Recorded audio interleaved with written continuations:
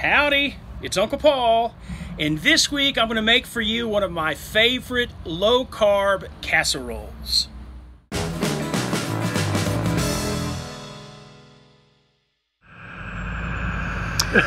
Well, the septic tank got full this week, so we had to call the company to come out and pump it out, and the guy's truck got stuck in the mud. So we broke out the old crane truck left over from our days in the sign business and hooked him up and still just barely got him out of the mud. That truck was heavy with all that stuff in it, you know. So we got it done, and so now we can all take a shower once again and other things.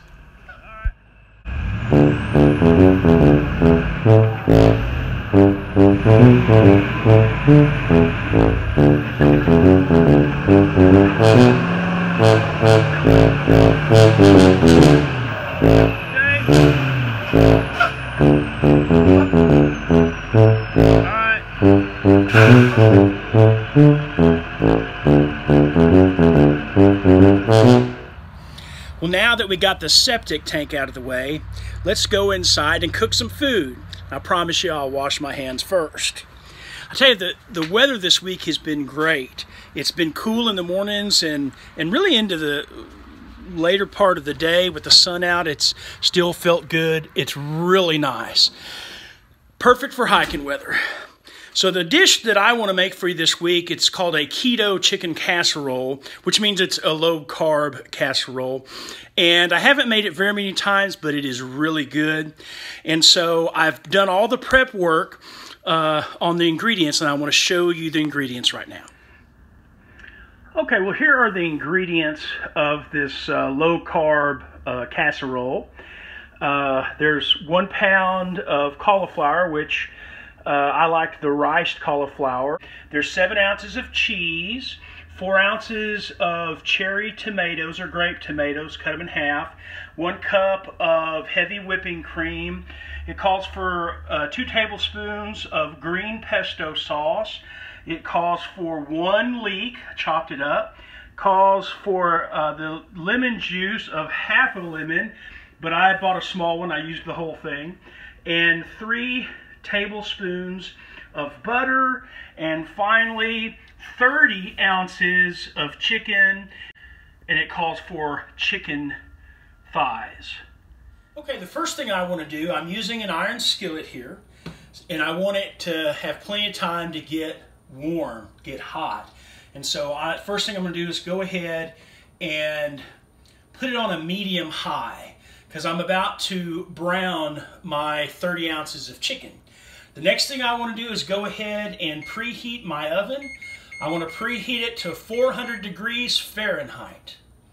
So once this has heated up, I'll add the butter and then I'll season the chicken. Okay, now it's time to put in the 3 tablespoons of butter and let that melt down. Let me get a spatula. And once this gets melted down, I'm going to put only part of the chicken in there at first. You know, the purpose of this is to get, not only to cook the chicken a little bit, because we're only going to put it in the casserole in the oven for about 30 minutes. But this is to impart some flavor into the chicken as well. So the butter is melted pretty well. And I'm only going to take about half the chicken and place it in the pan, because that gives it a little bit more room in the pan to cover as much of the surface of the chicken as possible. As I said, these are chicken thighs. They were deboned and already the skin, without the skin. And so I just cubed them up and, well, sort of cubed them up. So I'm going to mix them all in the butter, and then I'm going to add some spices. The salt, some pepper, and finally some garlic powder. I use garlic powder instead of garlic salt. Okay, these are kind of my standby spices for almost everything I cook. So I'm going to give those a mix. I'm just going to let them brown, and then I'll season and brown the other half. Okay, this chicken has browned. Now, it doesn't have to cook all the way through because it's going to be in the oven for at least 30 minutes. Now the recipe calls for mixing together the whipping cream along with the lemon juice and with the pesto. It calls for 2 tablespoons of green pesto sauce. This is a basil pesto. Okay. This calls to mix that together. So we've got to get this mixed together, which you could do this while your chicken is in the process of browning. It also says to go ahead and add some salt and pepper. Now the recipe calls for a 9x13 baking dish, and it calls to put the chicken in there, then add the cream sauce here, and then top it with everything else to make up this casserole. Well, one of the changes I make is I like to kind of saute a little bit the leeks and the tomatoes first just to add a little flavor to them that they wouldn't otherwise get if you just topped the chicken with them. So I just like to kind of brown them up just a bit. Now I'm going to put the cauliflower in the pan. Let them get a little bit of that flavor. Even though it calls for a 9x13 baking dish, I'm just going to bake it in the oven in my skillet. It's big enough. So at this point, I'm going to add the chicken. And I'm also going to add the cream sauce. And just give it all a good mix. The oven is preheated. Turn off my burner. And the last step before putting it in the oven is applying the shredded cheese. Okay, and it goes in the oven for 30 minutes. We'll start with that. Okay, the timer just went off. It's been 30 minutes. So let's take a look at it. Oh, wow, very nice. You see how the cheese has really browned? You could have mixed that cheese in with it, but I just kept it on top. I like how it looks there. Now, it really needs to set for maybe close to 10 minutes to let everything, all the juices kind of gel together, and then I'll give it a try. Well, let us sample it. It had been quite 10 minutes, but I just can't wait. All right. Look at there. Make sure you get that tomato right there.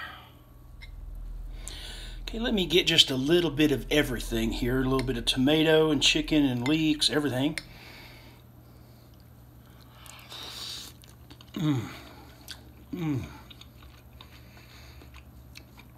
That is so good, so flavorful. I will put a link below to, I think it's dietdoctors.com, and it's called the Keto Chicken Casserole. And it should also have the information there on calories, on how many carbs and all of that. So anyway, I'm going to enjoy this. Maybe I'll share with the family. Shh, maybe.